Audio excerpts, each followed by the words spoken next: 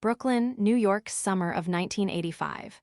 A humid night pressed over the city, thick with cigar smoke, street heat, and the low thump of bass leaking from passing cars. On a cracked sidewalk outside a dimly lit social club on Fulton Street, a group of Jamaican Yardies leaned quietly against a graffiti-stained wall. They had arrived in New York only months earlier, carrying with them the reputation of being fearless gunmen from Kingston's most brutal political wars. But nothing prepared them for what they were about to witness. A black Lincoln town car rolled up, polished like obsidian under the streetlights. Two Italian-American men stepped out wearing tailored suits despite the heat. They opened the trunk casually, almost too casually. Inside lay a stockpile that stunned even the battle-seasoned Yardies: neatly lined MAC-10s, short-barreled shotguns, and an AR-15 with custom attachments few had ever seen in Jamaican garrison yards. It wasn't just the guns, it was the confidence, the ease, the sense of ownership. It was the moment the Yardies realized they were no longer the ones with the most firepower on the block. And this moment, quiet, tense, unforgettable, was only the beginning of their shock. To understand why the Yardies were stunned, the story must begin far from New York, on the violent streets of Kingston, Jamaica, in the late 1970s and early 1980s. Jamaica was engulfed in a political Cold War, split between rival parties backed by foreign intelligence and fueled by neighborhood gangs known as posses.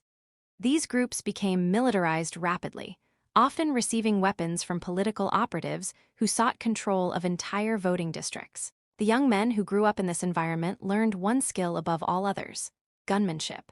Firepower became their identity, their insurance, their survival.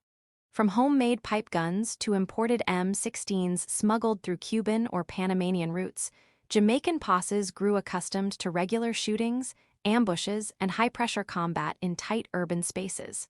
Many of the future Yardies who would enter New York served as unofficial enforcers in these conflicts before leaving the island.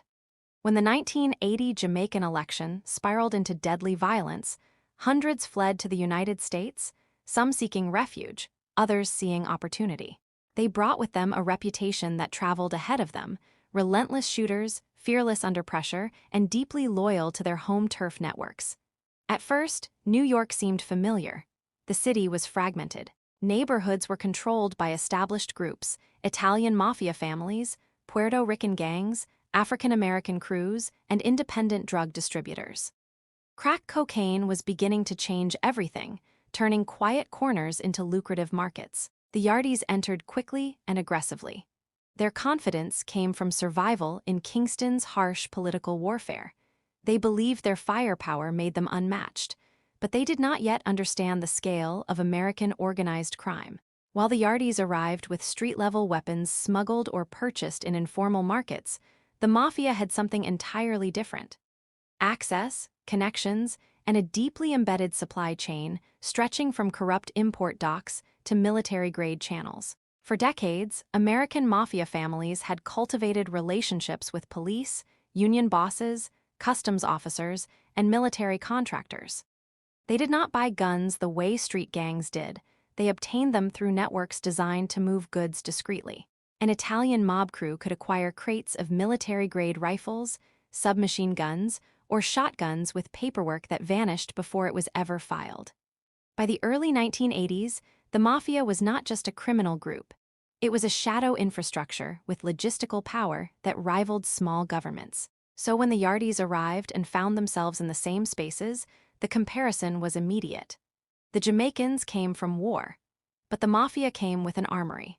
The revelation would shake the Yardies' assumptions about American criminal hierarchy and force them to reconsider what power meant in the United States. That shock began the moment they studied the weapons the Mafia considered standard. When the Jamaican posses began to establish themselves in New York, their operations were fast, unpredictable, and bold. They controlled crack houses, ran aggressive street-level distribution, and quickly built a reputation for refusing to back down from any confrontation. New York newspapers called them the most trigger-happy gangs the city had seen in decades, but the Mafia was an institution with a much longer memory. By the time the Yardies arrived, the American Mafia had already weathered Prohibition, FBI crackdowns, internal wars, and decades of violent competition. They had survived because they evolved. They adapted. They built a hierarchy of leadership, a system of discipline, and an infrastructure that allowed them to operate businesses, nightclubs, and labor unions while simultaneously running illegal enterprises. Firepower was not just a means of violence, it was a strategic asset. The Mafia had warehouses, not apartments. They had trucks, not suitcases.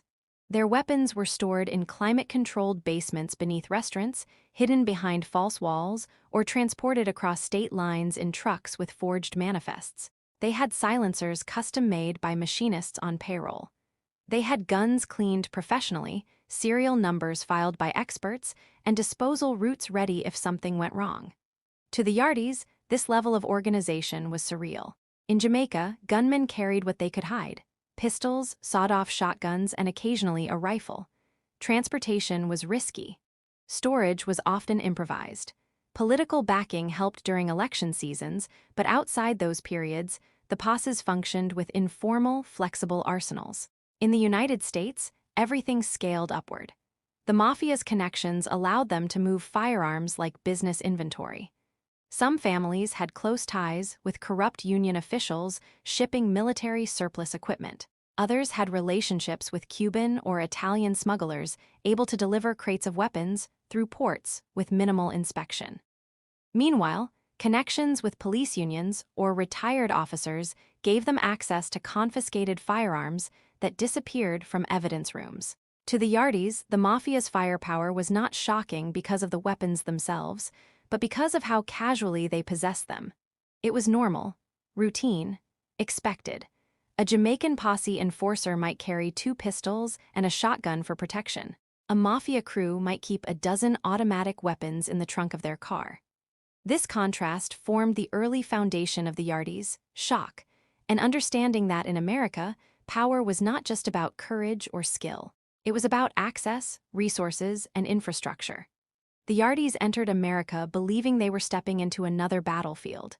Instead, they found themselves facing something else entirely: a criminal machine built with patience, influence, and a level of firepower that felt limitless. And that realization only deepened when they saw how the Mafia used that firepower strategically. The shock of the Yardies came from multiple different angles, each revealing a layer of power they had not expected. The first angle was scale. Mafia families operated across entire states. A single crew could coordinate distribution, protection, and enforcement across multiple cities. Their weapons reflected that reach. It wasn't uncommon for a capo to stockpile military-grade rifles in one state while storing pistols and shotguns in another. Yardies, by contrast, operated in tight neighborhoods, often using the same safe houses for weapons, drugs, and money. They controlled turf but not territory. The Mafia controlled highways, warehouses, and ports. The second angle was stability. The Mafia's firepower wasn't temporary. It wasn't improvised. It wasn't dependent on political seasons or a single smuggling route. It was part of their operating system, sustained, reliable, and constantly replenished. Yardies often experienced periods where weapons were abundant, followed by periods where importing new guns became difficult. The Mafia never had such cycles. They always had more. The third angle was customization. The Mafia modified weapons for concealment, precision, or intimidation. Silencers fitted perfectly. Barrels shortened by professionals. Weapons painted matte black to avoid glare. Some guns were imported specifically because they matched police calibers, allowing forensic confusion after shootings. Yardies were used to raw weapons, functional, not refined. Seeing a $5,000 customized submachine gun handled casually by a Mafia enforcer made it clear they were dealing not just with criminals, but with craftsmen of violence. The shock continued growing. Weapons alone didn't intimidate the Yardies. They had seen death. They had lived through political conflicts far more intense than most American gang wars. But what they had never seen was a criminal group that treated weapons with the same seriousness as a military unit, organized, disciplined, well-supplied, and unafraid to escalate when necessary. This understanding laid the groundwork for the next angle: the Mafia's integration into American society, which made their firepower even more potent. Another angle was protection. The Mafia didn't need to hide their weapons the way other gangs did. They had police officers on payroll, lawyers on standby, and judges sympathetic to their influence. A Yardie caught with a machine gun risked immediate prison time. A Mafia soldier caught with the same weapon might walk away with a warning, depending on the district and the connections involved. This difference in legal exposure created a psychological pressure the Yardies had never experienced. The next angle was intimidation strategy. The Yardies used violence as a direct tool, loud, visible, designed to establish dominance quickly. The Mafia used violence as a measured demonstration. Their firepower existed to prevent conflict, not provoke it. They brought out heavy weapons only when a message needed to be delivered without ambiguity. This strategic, almost corporate use of firepower felt foreign to the Yardies, whose background taught them to shoot first and settle later. Another angle was reputation. In Jamaica, gunmen earned status through action. In America, Mafia enforcers earned status through lineage, rank, and loyalty. A man could carry a fully automatic weapon not because he was the best shooter, but because he was trusted by the right people. This structural confidence allowed the Mafia to deploy firepower without fear of betrayal or fragmentation. And the final angle was influence. The Mafia's firepower was not about beating rival street gangs. It was about maintaining business dominance, protecting investments, and preserving decades of organizational control. Yardies fought for turf. The Mafia fought for empire. This contrast would shape the defining moment that changed the power dynamics in the 1980s. The turning point, where the Yardies realized they had underestimated the Mafia's willingness to escalate. The decisive moment came during a confrontation in Brooklyn in 1987. A Jamaican posse, newly established in the area, attempted to take control of a crack distribution corner traditionally managed by a Mafia-affiliated crew. The Yardies believed that their fearless approach and quick use of guns would intimidate the Italians, who were perceived as older, slower, and less aggressive. The first incident involved a warning shot, typical Yardie style. Loud, public. Designed to send a message, the Mafia responded quietly.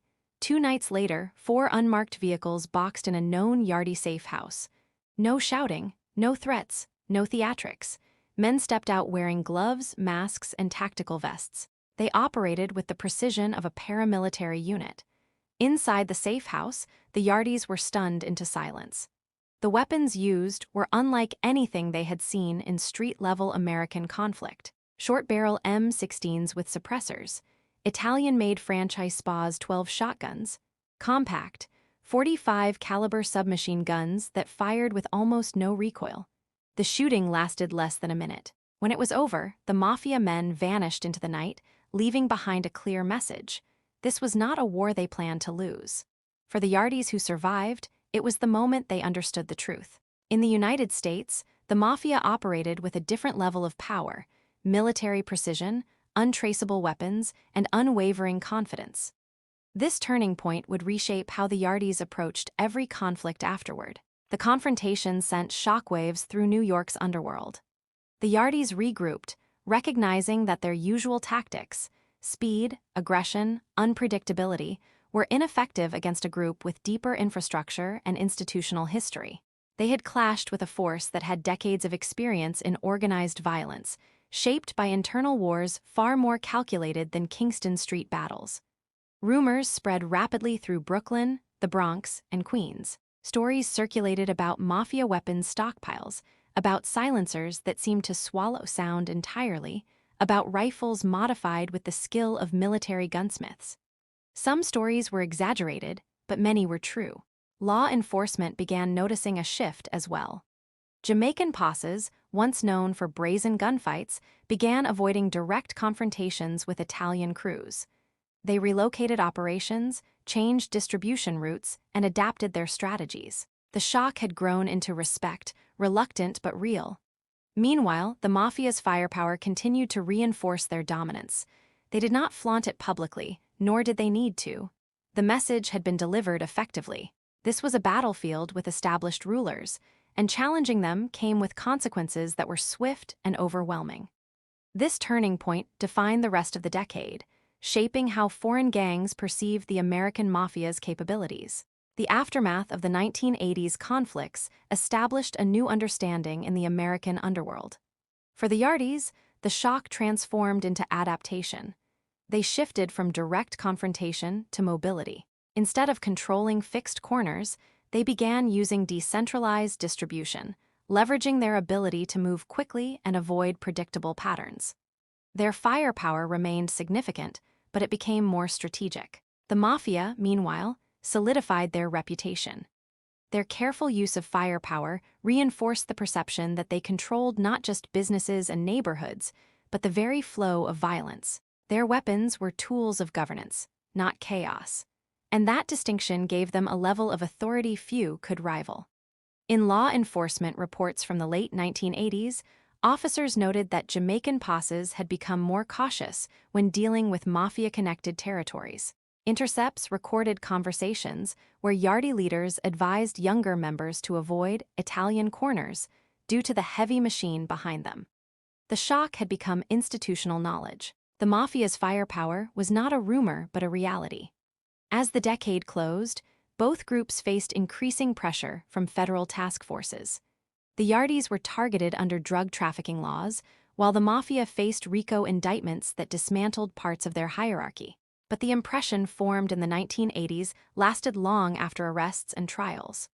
Foreign gangs entering New York in the 1990s, Albanians, Russians, and Latino organizations heard the same stories. They learned from the Yardies, experiences that the Mafia was not merely an aging criminal group, but a system with depth, discipline, and firepower that could still be activated when necessary. In interviews years later, former Jamaican posse members still referred to the Mafia's weapons as surprising, advanced, and plenty more than we expected. The memory of that shock became part of the oral history of New York's underworld. The decade of conflict altered the balance of power, reshaped territories, and set the stage for the multi-group criminal landscape that would define the 1990s and 2000s. The story of the Yardies, shock at the Mafia's firepower in the 1980s, is not just a tale about weapons. It is a story about scale, history, and the difference between survival and strategy. The Yardies came from raw conflict. The Mafia came from organized conflict. One fought wars born from political chaos. The other fought wars shaped by decades of structured criminal evolution. When these two worlds collided in New York, the result was a moment of revelation, an understanding that power in America operated through systems, not just courage. The Mafia's firepower was more than an arsenal.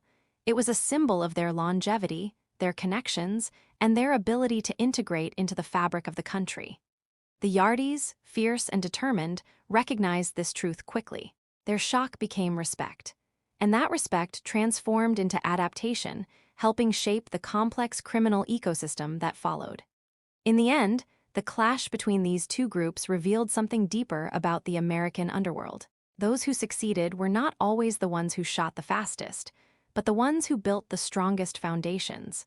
And in the 1980s, the Mafia's foundation and their firepower stood stronger than anyone expected.